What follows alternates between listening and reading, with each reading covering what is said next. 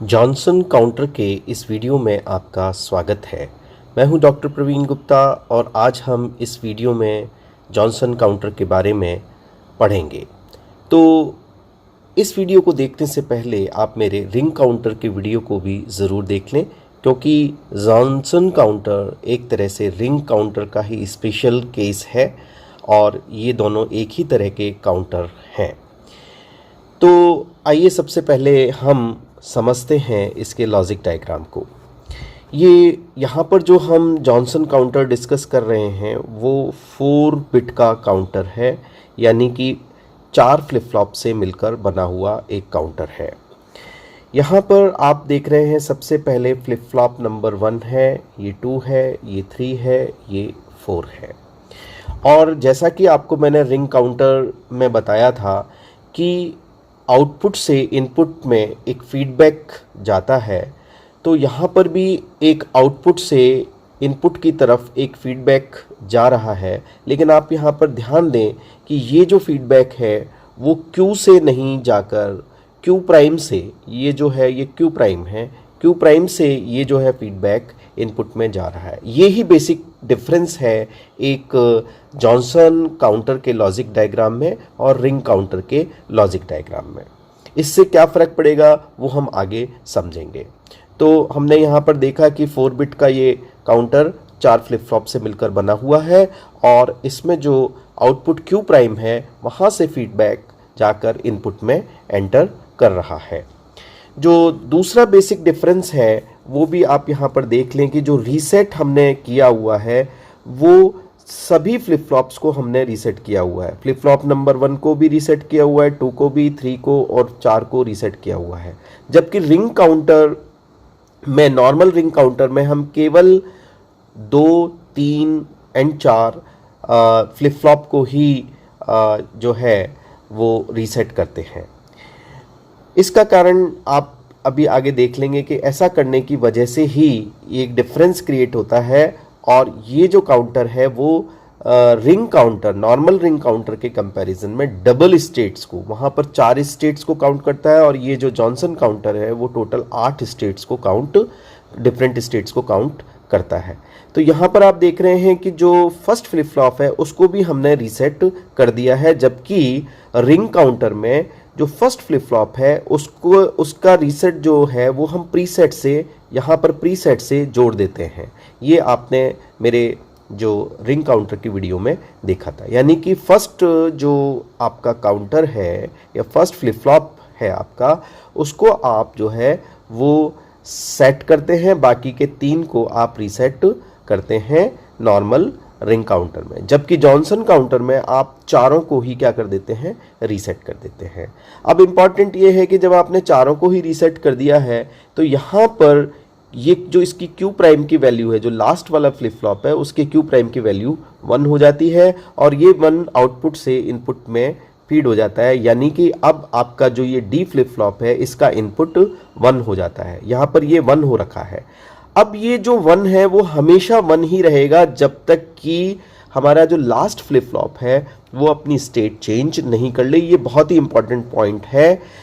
यहाँ पर आपको वेवफॉर्म ड्रॉ करने के लिए काम में आएगा, ट्रुथ टेबल को भी ड्रॉ करने के लिए आपको काम में आएगा कि जो लास्ट फ्लिप फ्लॉप है जब तक अपनी स्टेट चेंज नहीं कर लेता है, फ्लिप फ्लॉप नंबर 1 पर 1 ही बना रहेगा, इनपुट पर 1 ही बना रहेगा और ये जो 1 है वो ही आउटपुट में 1 के रूप में अपीयर होगा। जब यहाँ पर 0 आ जाएगा, यानी स्टेट चेंज करके 0 आ जाएगा, तो इसका जो फर्स्ट फ्लिप फ्लॉप का आउटपुट है उसी केस में वो 0 होगा। तो आइए अब हम इसकी वर्किंग को और आगे समझते हैं। ये जो आप क्लॉक यहाँ पर देख रहे हैं वो चारों में कॉमन जा रही है, यानी कि ये सिंक्रोनस टाइप का एक काउंटर है। बेसिकली ये एक शिफ्ट रजिस्टर है। तो यहाँ पर ये सिंक्रोनस काउंटर होने की वजह से जो क्लॉक है वो सभी फ्लिप फ्लॉप्स में एक साथ, ये देखिए आप क्लॉक जो है वो सभी में एक साथ यहाँ पर जा रही है। तो जैसे ही हमारी जो इनिशियल स्टेट है I, जो हमारी इनिशियल स्टेट है उसमें आप देखें कि आउटपुट जो है वो 0 0 0 0 होगा। जैसे ही हम फर्स्ट क्लॉक पल्स देंगे, ये इस जगह पर हमने जैसे ही फर्स्ट क्लॉक पल्स दी, तो आप देखें कि क्योंकि डी जो आपका इनपुट था क्यू ए फ्लिप फ्लॉप पर, वो पहले से 1 था। क्यों 1 था? क्योंकि जो क्यू प्राइम था, फोर्थ फ्लिप फ्लॉप का जो क्यू प्राइम था वो 1 था। क्यू 1 था क्योंकि ये फ्लिप फ्लॉप भी रीसेट हो रखा है, यानी कि क्यू पर क्या है, यहाँ पर 0 है, तो क्यू प्राइम पर यहाँ पर 1 होगा। तो ये जो 1 है वो जैसे ही एक क्लॉक पल्स आएगी, ये 1 यहाँ पर इसके आउटपुट में जो है वो 1 आ जाएगा। ये जो आप 1 देख रहे हैं ये आउटपुट में 1 आ जाएगा, और जो पहले की 0 की कंडीशन यहाँ पर है वो आगे ट्रांसफ़र होगी। तो आप देखें कि बाकी के सभी जो फ्लिप फ्लॉप्स हैं वहाँ पर 0 0 0 रहेगा, और केवल फर्स्ट फ्लिप फ्लॉप का आउटपुट 1 होगा, क्योंकि इसको इनपुट में भी 1 ही मिल रहा है। अब जैसे ही हम सेकंड क्लॉक पल्स देंगे, वैसे ही आप देखें कि फर्स्ट जो फ्लिप फ्लॉप है उसका आउटपुट 1 ही रहेगा। क्यों 1 रहेगा? क्योंकि इनपुट पर अभी 1 ही है, क्योंकि हमारा जो क्यू डी जो हमारा फ्लिप फ्लॉप है वहाँ पर आपके जो क्यू की वैल्यू है वो 0 है और क्यू प्राइम की वैल्यू 1 है, क्योंकि वहाँ पर इनपुट जो है वो 0 ही आपका था।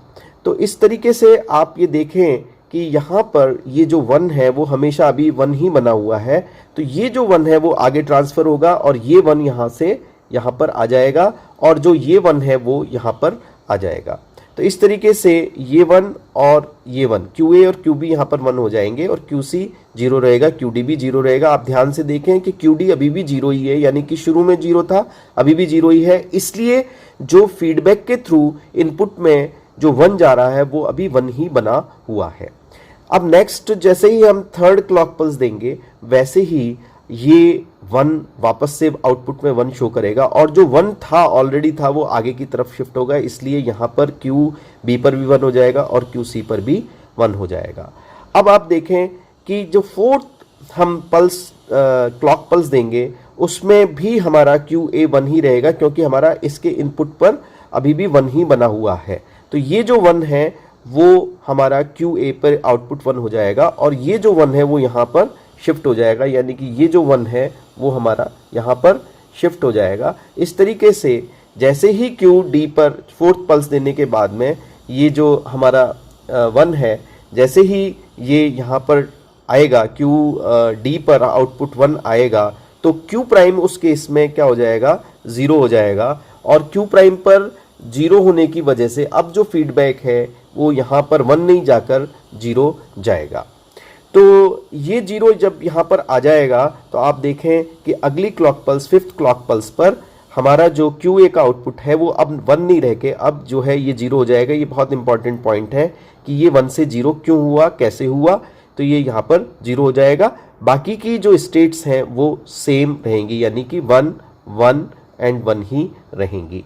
अब जैसे ही हम छठी क्लॉक पल्स देंगे तो क्या होगा, ये जो 0 है वो आगे बढ़ेगा, क्योंकि यहाँ पर 0 आ चुका था तो ये 0 आगे बढ़ेगा, तो सेकंड पर ये 0 चला जाएगा और दोनों स्टेट 1 1 रहेंगी। अगली पल्स सेवंथ क्लॉक पल्स देने पर ये जो है वो 0 0 0 0 आगे बढ़ेगा, और ये जो है यहाँ पर QC को भी 0 कर देगा, और QD पर अभी 1 ही रहेगा। जैसे ही आप 8वीं पल्स देंगे वैसे ही वापस से ये 0 0 0 और 0 हो जाएगा, यानी कि 7 पल्सेस में अपनी ये टोटल स्टेट को चेंज करके वापस से अपनी इनिशियल स्टेट जो कि 0 0 0 थी वहाँ पर ये आ जाएगा। ये आप यहाँ पर देख रहे हैं कि 8वीं जो क्लॉक पल्स देते ही वापस से ये 0 0 0 हो जाएगा, और वापस से जब हम क्लॉक पल्सेस देंगे तो ये सारा रिपीटेशन स्टार्ट हो जाएगा। यही जॉनसन काउंटर की वर्किंग है। अब हम इसकी वेव फॉर्म को देख लेते हैं। जॉनसन काउंटर की जो वेव फॉर्म्स है उसको हम यहाँ पर देख लेते हैं। तो आपने देखा था कि क्लॉक पल्स जैसे ही यहाँ पर हमने केवल आपको इतना सा ध्यान रखना है कि इस फिगर में जो हमारा क्लॉक पल्स है वो नेगेटिव पर ट्रांजिशन को शो कर रहा है। इस डायग्राम के होने की वजह से उससे कोई फ़र्क नहीं पड़ता है, क्योंकि पॉजिटिव हो या नेगेटिव हो वो आपके ऊपर है कि आप उसको कैसे जो है वो एक्टिव करा रहे हैं। तो इसको समझने के लिए हम यहाँ पर मान लेते हैं कि जो नेगेटिव एज है क्लॉक की वहाँ पर क्यू ए जो है वो 0 से 1 हो जाता है, यानी कि शुरू में सभी क्या है 0 0 0 0 है, लेकिन जैसे ही फर्स्ट क्लॉक पल्स आती है यानी उसकी नेगेटिव एज आती है तो QA 1 हो जाता है, बाकी के सभी 0 0 0 और ये जो पर्टिकुलर QA है वो 1 हो जाता है। तो आप यहाँ पर इसको हाई यहाँ पर दिखा सकते हैं। अब आपको पता है कि जो सेकंड क्लॉक पल्स आएगी तो QA 1 ही रहेगा, लेकिन QB भी 0 से 1 हो जाएगा। तो आप देखें कि यहाँ पर QA 1 ही रहेगा और जो QB है वो 0 से 1 हो जाएगा सेकंड क्लॉक पल्स की नेगेटिव एज पर, हम क्योंकि ट्रांजिशन को एक्टिव मान रहे हैं इसलिए। तो ये जो है ये 1 हो जाएगा। अब ये जो 1 है वो 1 ही बना रहेगा, 4 क्लॉक पल्स तक ये 1 बना रहेगा क्योंकि इसकी स्टेट चेंज नहीं होगी, ये हम पहले ही समझ चुके हैं। तो QA की state 1 clock pulse, 2 clock pulse, 3 clock pulse, 4 clock pulse के बाद में ये वापस से 1 से क्या हो जाएगा, 0 हो जाएगा और ये 4 क्लॉक पल्स तक 1 2 3 4 क्लॉक पल्स तक वापस से लो रहेगा। इसी तरीके से जब सेकंड को आप देखेंगे तो 2 क्लॉक पल्स के बाद में ये 1 हो जाएगा और आगे की जो 4 क्लॉक पल्स हैं 1 2 3 4 तक ये हाई रहेगा और बाद में 4 क्लॉक पल्सेस के बाद में ये लो रहेगा। और कितनी क्लॉक पल्स तक लो रहेगा, 1 2 3 4 क्लॉक पल्स तक ये लो रहेगा। इसी तरीके से QC जो है वो 3 क्लॉक पल्स के बाद में हाई हो जाएगा और 4 क्लॉक पल्स तक, ये जो 4 क्लॉक पल्स हैं यहाँ तक ये कंप्लीटली हाई रहेगा और उसके बाद में ये लो हो जाएगा। इसी तरीके से जो QD है वो चौथी क्लॉक पल्स के बाद में 0 से 1 होगा और ये आगे की 4 क्लॉक पल्सेस के लिए ये 1 रहेगा और बाकी के आगे की 4 क्लॉक पल्सेस के लिए ये जो है वो 0 हो जाएगा। तो ये जॉनसन काउंटर की वेवफॉर्म्स हैं। Thanks for watching this video.